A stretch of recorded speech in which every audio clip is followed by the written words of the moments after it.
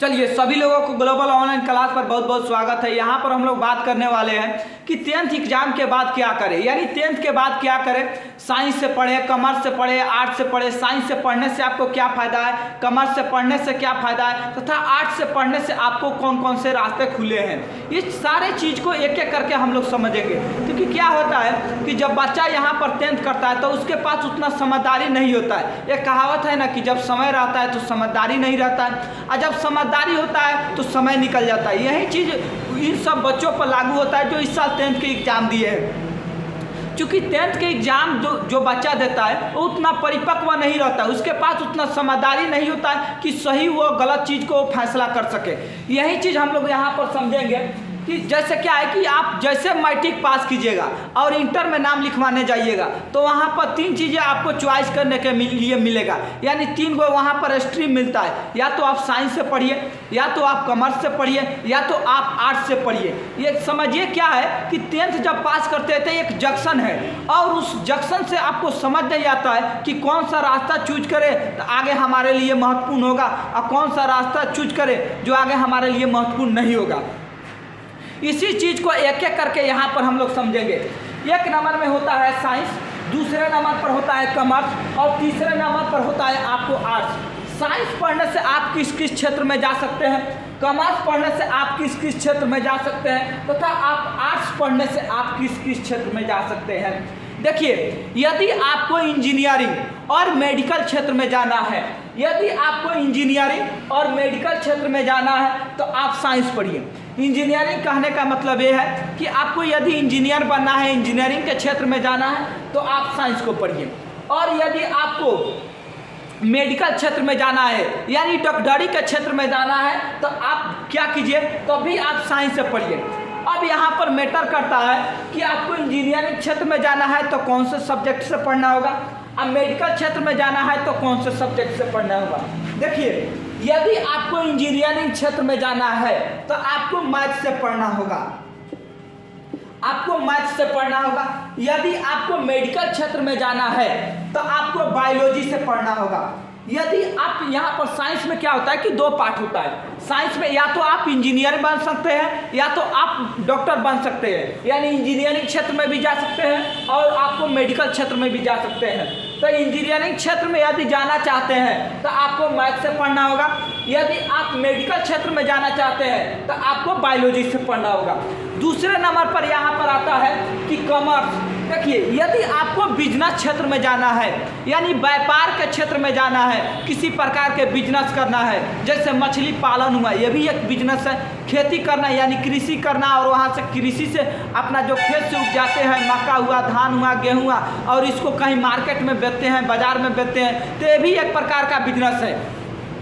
अगर आप पढ़ाते भी हैं, अगर आप टीचिंग भी कराते हैं तो ये भी एक प्रकार का बिजनेस है।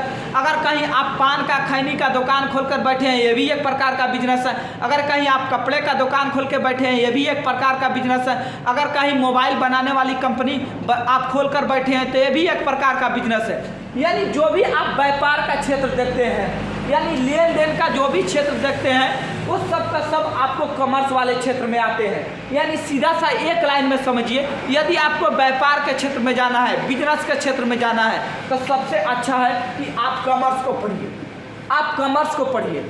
और यदि आपको कंपटीशन क्षेत्र में जाना है, कंपटीशन कहने का मतलब ये है कि यदि आपको यूपीएससी करना है, बीपीएससी करना है, बीडीओ बनना है, आपको सीओ बनना है, डीएम बनना है, एसपी बनना है, बिहार के दरोगा बनना है, यूपी के दरोगा बनना है, बिहार पुलिस बनना है, यूपी पुलिस बनना है, यानी रेलवे का आपको ड्राइवर हुआ, यानी जितना भी ये छोटा मोटा नौकरी आप लोग देखते हैं, जैसे रेलवे का एक छोटा मोटा तो नहीं है, जैसे यूपीएससी है, यूपीएससी जो है ये छोटा तो नहीं है, बीपीएससी है छोटा तो नहीं है, लेकिन जो इसमें ग्रुप डी वाले, ये ग्रुप डी कहने का मतलब है कि रेलवे में जो ग्रुप डी आता है, जो सबसे निचले क्रम का आपको समझिए कर्मचारी होता है, निचले श्रेणी का आपको जॉब होता है, वो सब क्या है कि उसके लिए ये आपको आर्ट्स पढ़ने के ज़्यादातर हो सकता है। ऐसा नहीं कि आप रेलवे में जाना चाहते हैं और केवल आप आर्ट्स पढ़ लिए तो आपका रेलवे में हो जाएगा, नहीं। क्योंकि वहाँ पर साइंस भी पढ़ना रहता है, लेकिन जितना इंजीनियरिंग में साइंस पढ़ना रहता है उतना आपको यहाँ पर साइंस नहीं पढ़ना रहता है। यही थोड़ा सा अंतर है।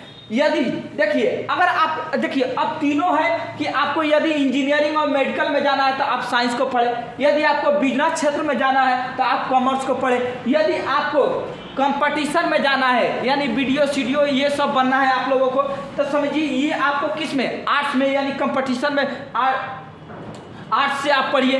अब यहाँ पर रह जाता है कि यदि साइंस पढ़ते हैं तो कौन कौन से दरवाजे खुले हैं, यदि आर्ट्स पढ़ते हैं तो कौन कौन से दरवाजे खुले हैं, और कॉमर्स पढ़ते हैं तो कौन कौन से दरवाजे खुले हैं। देखिए, यदि आप साइंस को पढ़ते हैं तो आपके लिए हर एक दरवाजे खुले रहते हैं, हर एक दरवाजे खुले रहते हैं। देखिए, साइंस से जो बच्चा पढ़ेगा वो इंजीनियरिंग भी कर सकता है और मेडिकल भी कर सकता है, लेकिन अगर कोई बच्चा आर्ट्स से पढ़ेगा यानी आर्ट्स से पढ़ेगा तो कंपटीशन छोड़ के इंजीनियरिंग मेडिकल वो नहीं कर सकता है। लेकिन साइंस वाले बच्चा वो आपको कंपटीशन कर सकता है, लेकिन ये जो कंपटीशन वाले बच्चे हैं ये आपको साइंस नहीं, ये इंजीनियरिंग और मेडिकल नहीं कर सकते हैं। तो थोड़ा सा यहाँ पर ये चीज़ें हैं कि साइंस पढ़ने से आपको सारे तरह का दरवाजे खुले हैं, हर एक प्रकार का दरवाजा खुले हैं। या तो आप इंजीनियरिंग कर लीजिए या तो आप मेडिकल कर लीजिए, आई दोनों में नहीं हुआ तो कंपटीशन कर लीजिए। आई इसका एक अलग रास्ता है, ये बिजनेस वाले क्षेत्र में चला जाता है, इसको छोड़ दीजिए, ये एक अलग रास्ता है। तो जिन लोगों को आपको इंजीनियरिंग और मेडिकल का तैयारी करना है यानी इंजीनियर और डॉक्टर का तैयारी करना है, उन लोगों से आग्रह है कि आप लोग भाई साइंस को पढ़ें। जिन लोगों को बिजनेस क्षेत्र यानी व्यापार करना है उन लोगों से आग्रह है कि आप लोग कॉमर्स को पढ़ें।